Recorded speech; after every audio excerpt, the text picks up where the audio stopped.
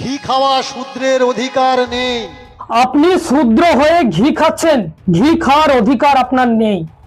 আপনি অস্পৃশ্য হয়ে ঘি খাচ্ছেন, ঘি খাওয়ার অধিকার আপনার নেই। এত বড় আস্পর্ধা, আপনি ঘি খাবেন?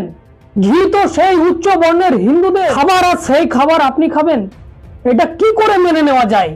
এই দেশের ভূমিপুত্র এসসি এসটি ওবিসিরা যদি ঘি খেতে শুরু করে তাহলে ব্রাহ্মণ্যবাদীদের জাত চলে যাবে।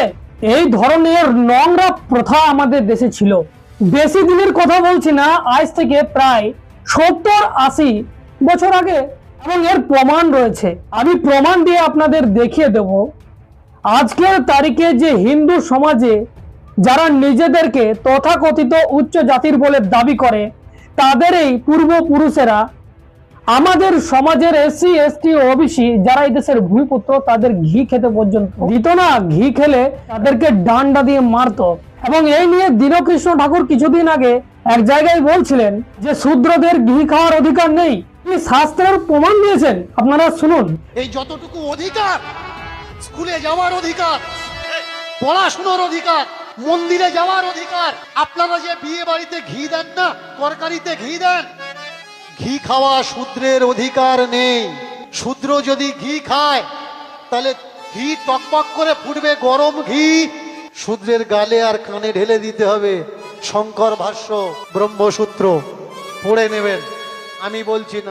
এটা হয়ে গেল শাস্ত্রের ঘটনা, কিন্তু আজকের তারিখে যে প্রমাণ আমি আপনাদেরকে দেব, আপনারা হতবাক হয়ে যাবেন যে এই ব্রাহ্মণ্যবাদীরা, মনুবাদীরা এতটা জঘন্য যে আমাদের পূর্বপুরুষদেরকে যেভাবে অত্যাচার করেছিল, আজকে তাদের বংশধরেরা, আজকে তাদের ছেলেপেলেরা কি জানে এই ঘটনা?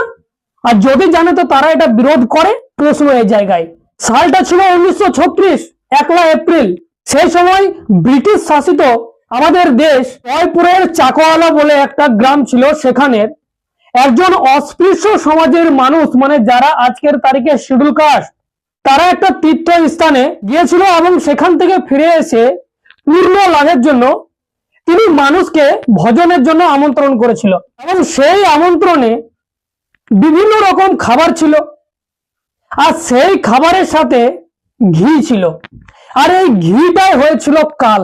সেই অস্পৃশ্য সমাজের মানুষ সেখানের প্রতিবেশীদেরকে খাবারের সাথে ঘি দিচ্ছিল, আর এটা উচ্চ বর্ণীয়দের কিন্তু সহ্য হয়নি এবং তারা তৎক্ষণাৎ অস্ত্র শস্ত্র নিয়ে সেখানে হামলা চালায়।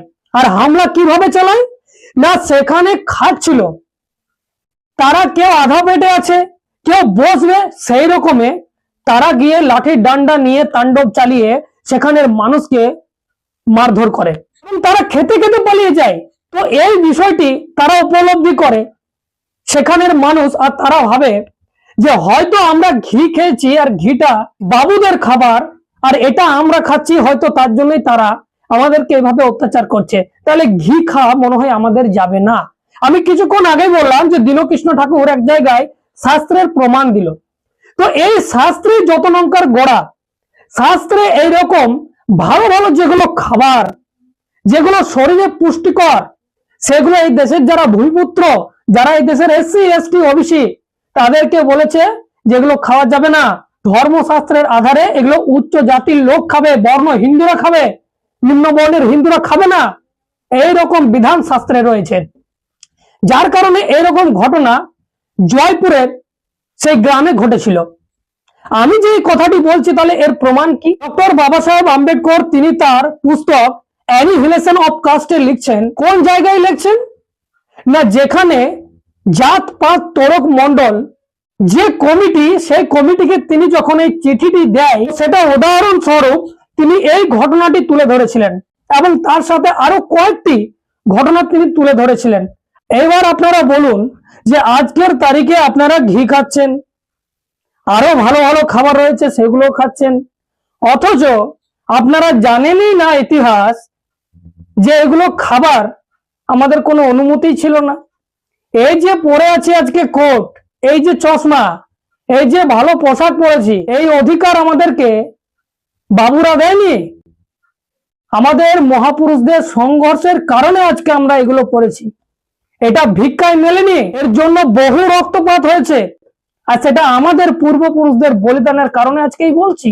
কিন্তু আমাদের এই সমাজ ব্যবস্থা ভুলে গেছে। তাদেরকে ইতিহাস মনে করিয়ে দিল।